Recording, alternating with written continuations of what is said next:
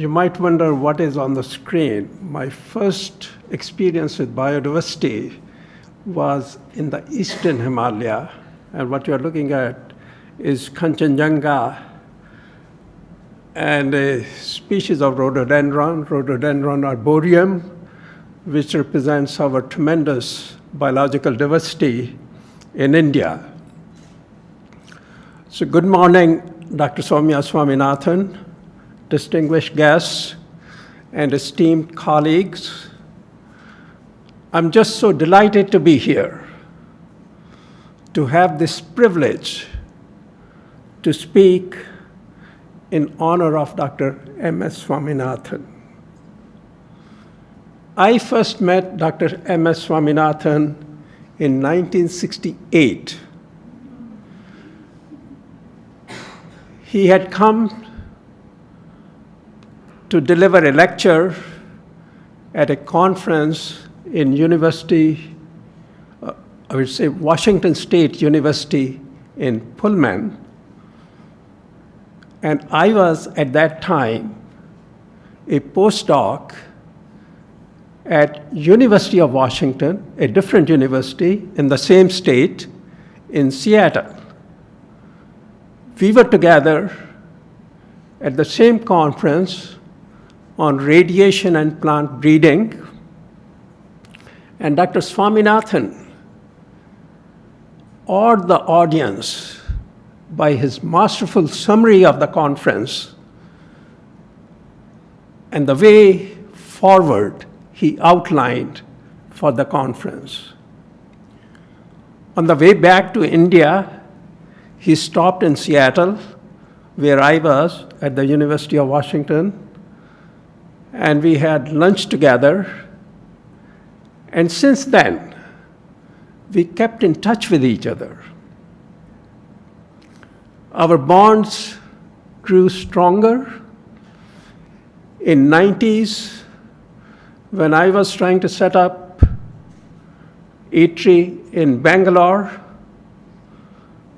and I frequently sought his advice. He was very kind and considerate with his time, and he also served as an advisory council on the advisory council of A-Tree. Both A-Tree and MSSRF have common goals. And I'm just so thrilled that recently both organizations have signed a memorandum of understanding and are looking at opportunities to work together. I met Dr. M.S. Swaminathan last time in this conference on agrobiodiversity in, I think, 2019 or 2018. It was held in Delhi. And as we all know, Dr. Swaminathan was greatly concerned about the loss of agrobiodiversity, not only about the loss of agrobiodiversity, but also the loss of biodiversity overall. And I remember when I hosted him in Boston for a week or so in early 2000s, he was very keen to meet E.O. Wilson, who many of you know is one of the most prominent names in biodiversity. And I invited Dr. E.O. Wilson to join me and Dr. Swaminathan for dinner at my home, hosted by my wife, who is sitting there. And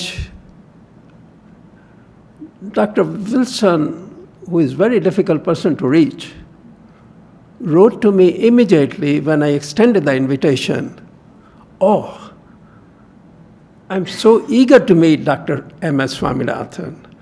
I've heard so much about him. And of course, I look forward to being with you for the dinner. And we often talked about that dinner and our discussions about biodiversity. So what I'm going to do today is talk about agrobiodiversity, which was very dear to Dr. Swaminathan's heart. But I'm going to talk about agrobiodiversity in the context of overall biodiversity, our natural heritage, which I believe, and I will show, is disappearing very, very rapidly. And then I will briefly discuss the pathways to conserve and restore our natural heritage based on our experiences at A3, based on your experiences at MSSRF. Because as I said, both organizations have very similar goals and very similar approaches.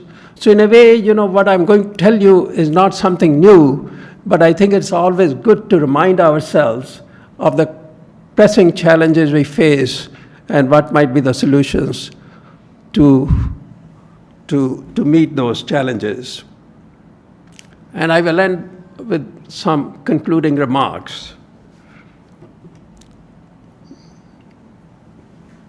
Now, agrobiodiversity is a term very widely used, and people often mean different things when they talk about agrobiodiversity. For me, agrobiodiversity exists at 5 different levels. First, at the genetic level, there is diversity of crops in a farmer's field. At the second level, there is diversity at the species level in the form of different crops grown by the farmer.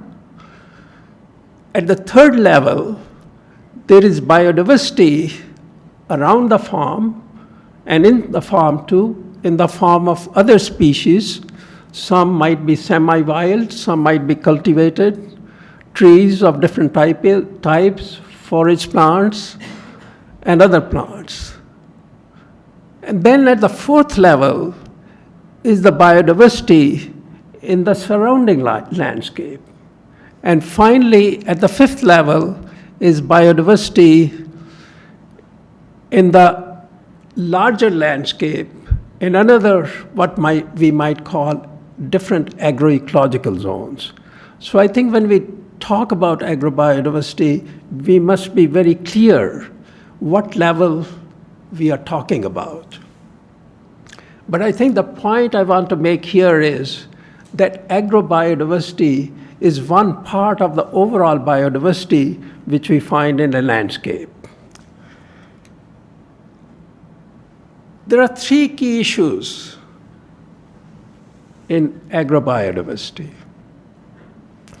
One is the biodiversity-based agriculture, which we call generally as regenerative agriculture, organic agriculture, natural farming, and so on and so forth. There are differences, but that's the general term which might cover biodiversity-based agriculture.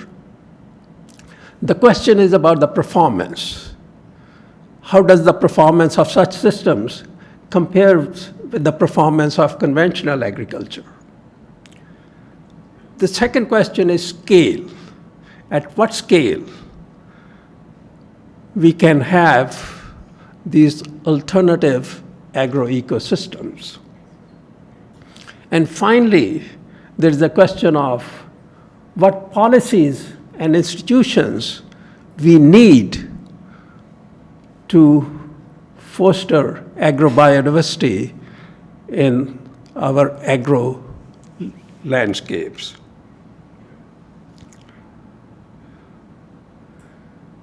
In terms of the performance, let me share with you our experiences in Darjeeling Hills, these are small villages in a forested landscape, where we have worked in 20 villages, each with 30 to 50 households, and try to enhance biodiversity in these agroecosystems. And our experience is that there is an increase in income ranging from 0 to 200%, with an average increase of, say, about 25 to 30% over a couple of years. There was a recent study published in Economic and Political Weeklies 6 months ago by Ramesh Chand, who's a very well-known figure, and they showed that during the last 5 to 7 years,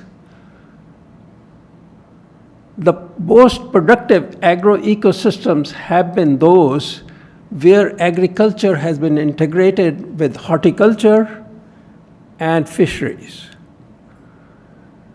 And then finally, I think there is considerable evidence coming from the Andhra Pradesh agroecosystems where some sort of natural farming has been practiced at a very, very large scale.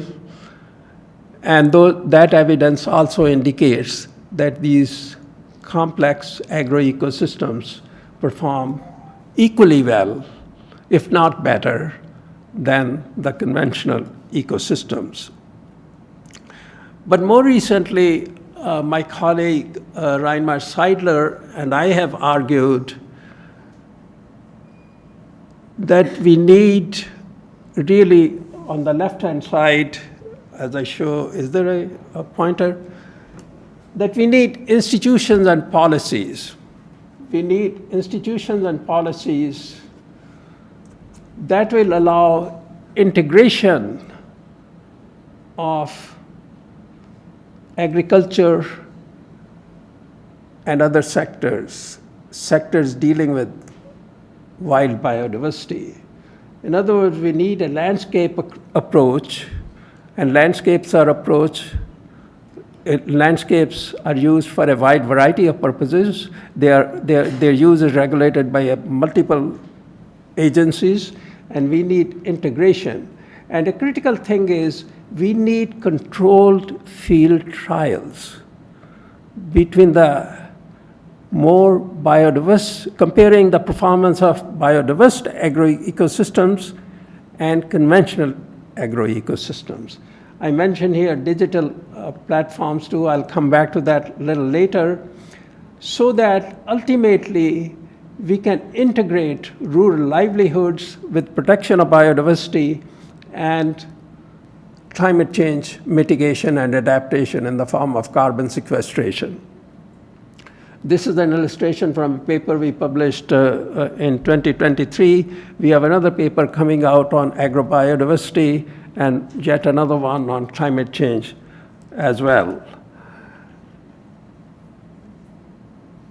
So now let me shift to overall biodiversity, the wild biodiversity with which Dr. Swaminathan was equally concerned.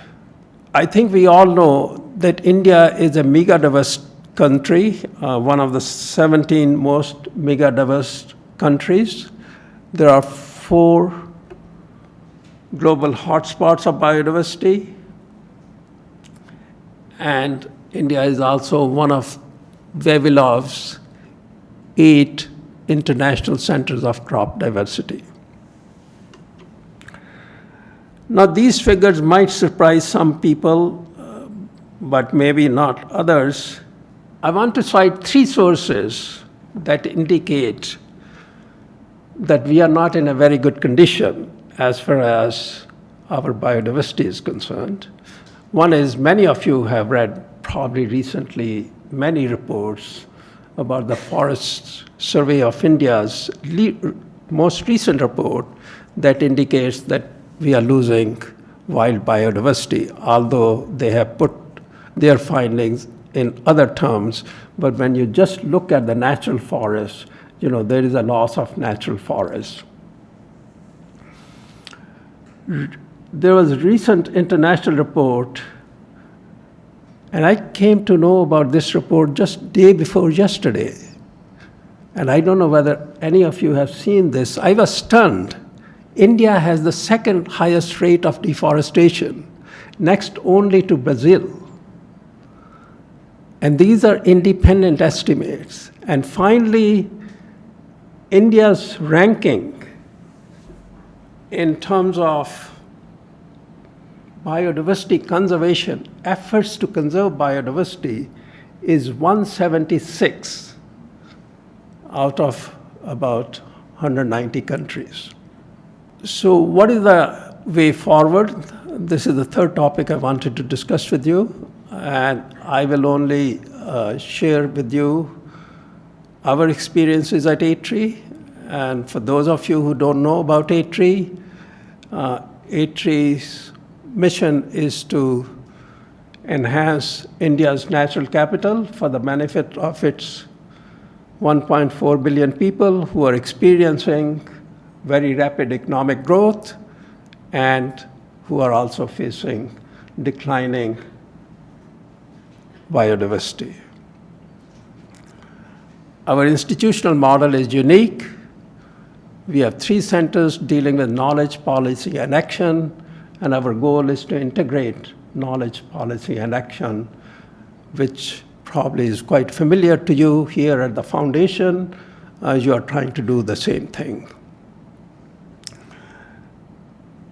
And these are our 4 core areas.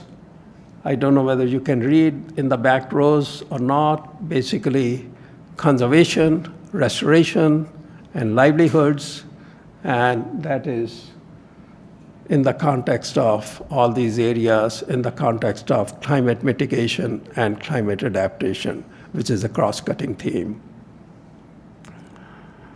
Much of the action work is undertaken at 5 of our community conservation centers, as well as other sites in India, many other sites, where we have many graduate students working and other people working. And I should mention here, we also have a graduate program, interdisciplinary graduate program for master's and PhD students. So far, we have graduated 50 PhDs who are now working in universities across the world, I would say, and NGOs across the world. Our latest initiative is the Himalaya Initiative, and I will talk about that a little bit later.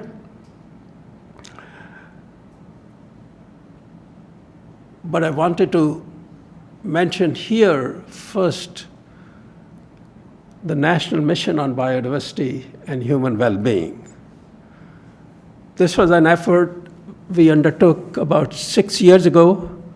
We brought together about 4 or 5, I would say 5 to 6 institutions to form a biodiversity collaborative, and we submitted a concept note for a national mission, very ambitious national mission on biodiversity and human well-being to Prime Minister's Scientific Technology and Innovation Committee.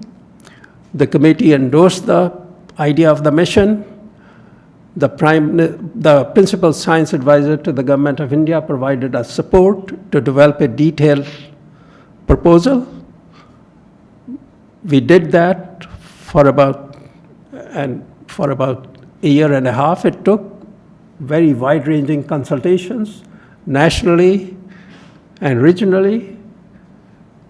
And unfortunately, the mission is still lying in limbo, but we are proceeding ahead. And I think many other organizations are proceeding ahead with the 6 or 7 goals we had outlined for the mission. The first goal was going to be a very ambitious effort to really map the life of India. And the second goal was about conservation and restoration, and I will come back to restoration in a minute. Agrobiodiversity was another component of the mission, followed by biodiversity, climate change, and biodiversity and health.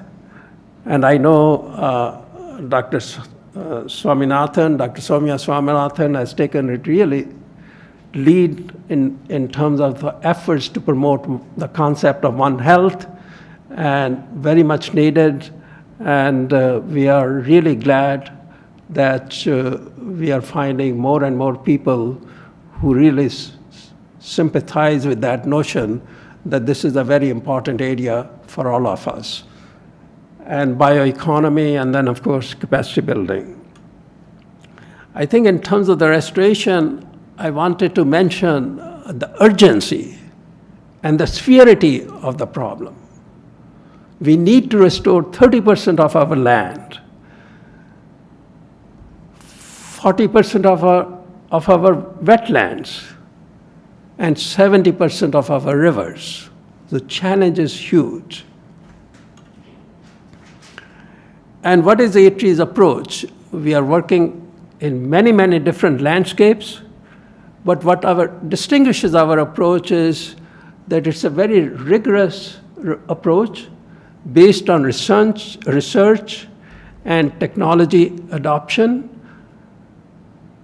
More importantly, the solutions we seek are formulated in consultation with various stakeholders, and these solutions have a component on policy work as well as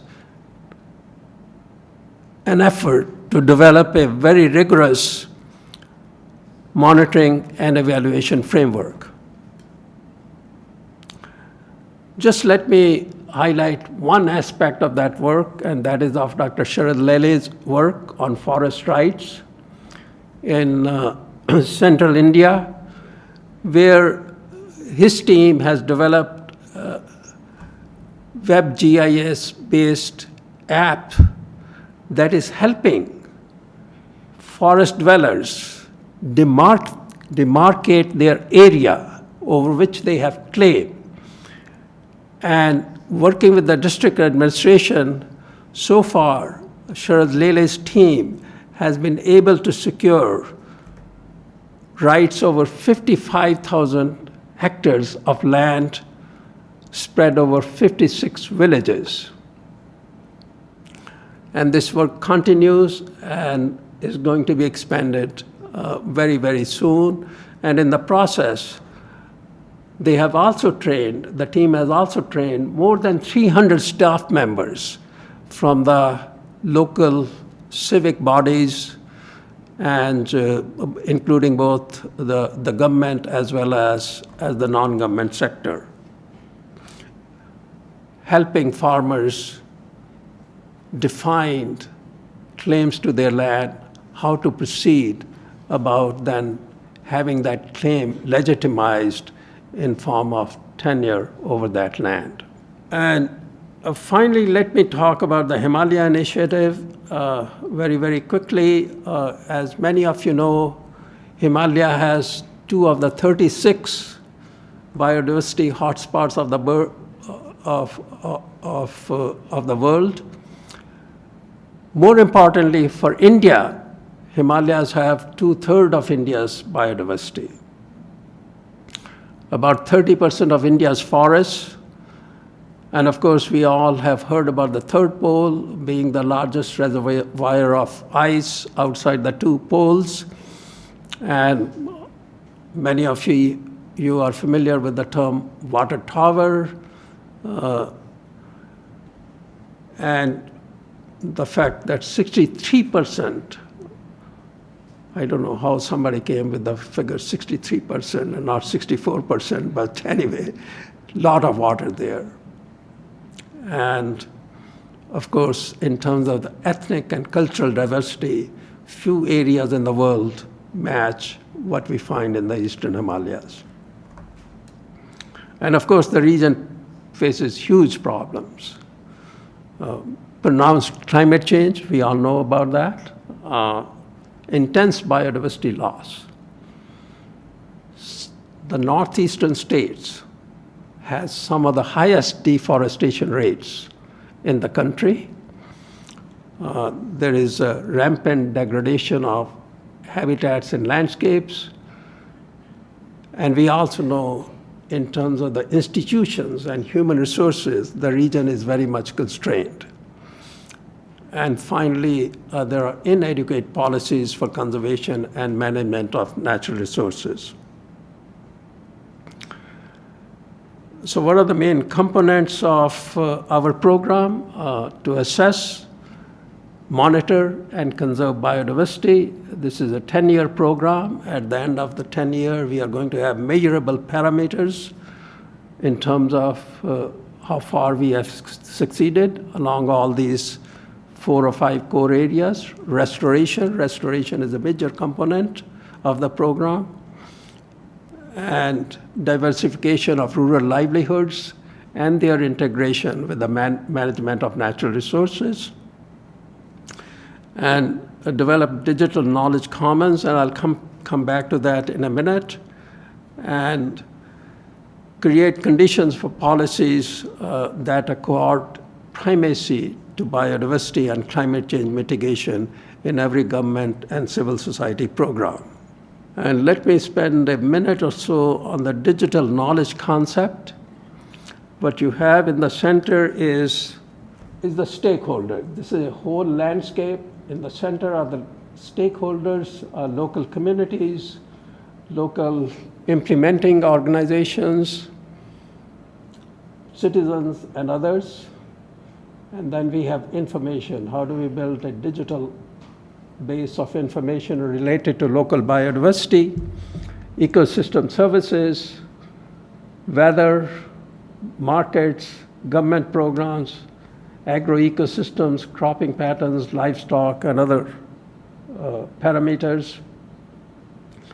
And how do we develop a web-based application so that people have access to all this information? It's a major effort, and we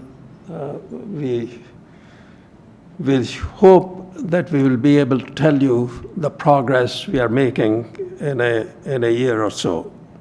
I'm going to end my talk with some comments, but before I present those comments, I'm going to show you 2 videos or 3 videos. The first video shows the basic exploration and discovery work A-Tree is doing. And the second video is at the other extreme, some of the practical work and action-oriented work A-Tree is doing in terms of land rights. And the third video is in general about A-Tree, what we have done so far. And then I'll come back to my concluding comments.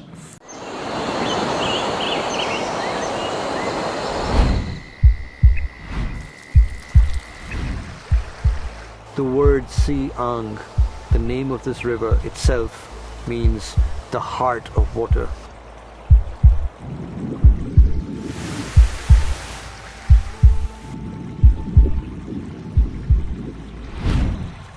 There are many stories that need to be told in order to protect the sanctity of this landscape.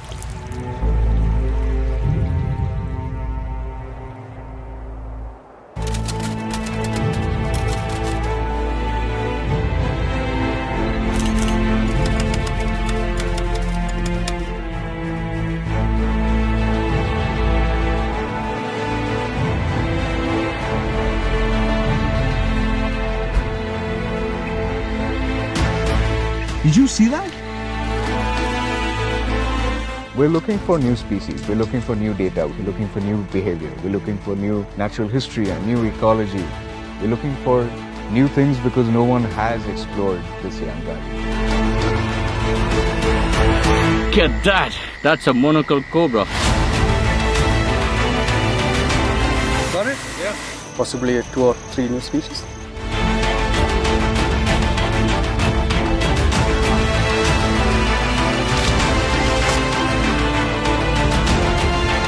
this area could receive recognition in terms of its biodiversity, which I'm really hoping it does. In 5 years, with the rate at which they were felling trees, I don't think much is going to remain. Tragic truth about these forests is how much we're losing before we even know what's here.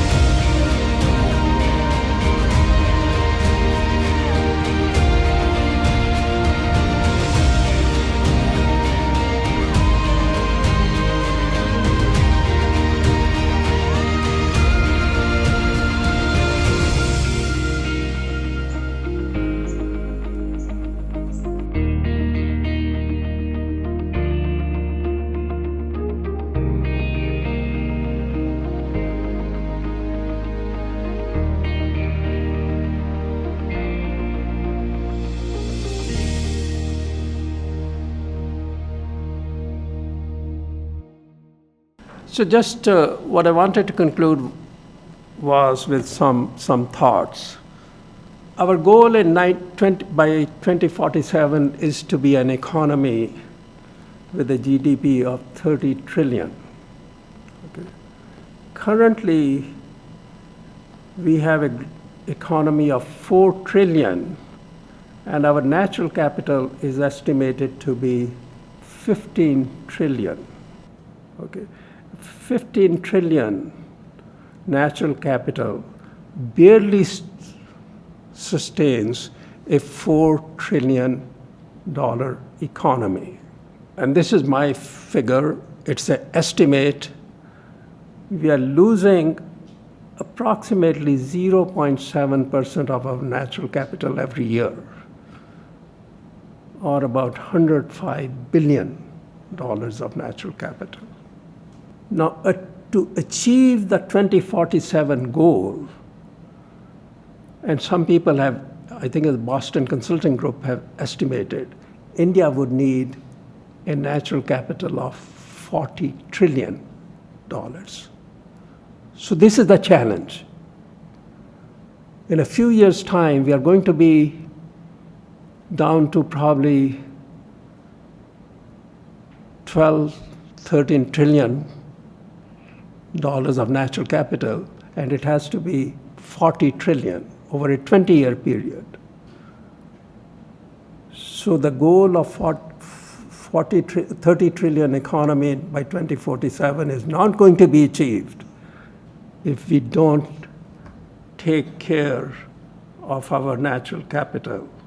I think we clearly need a sector integration. We all need to sit together and see how we integrate, particularly our food systems and natural capital.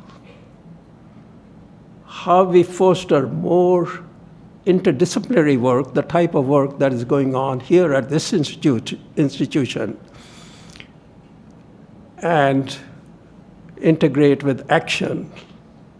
And then finally, I think we need fundamental changes in policies and institutions.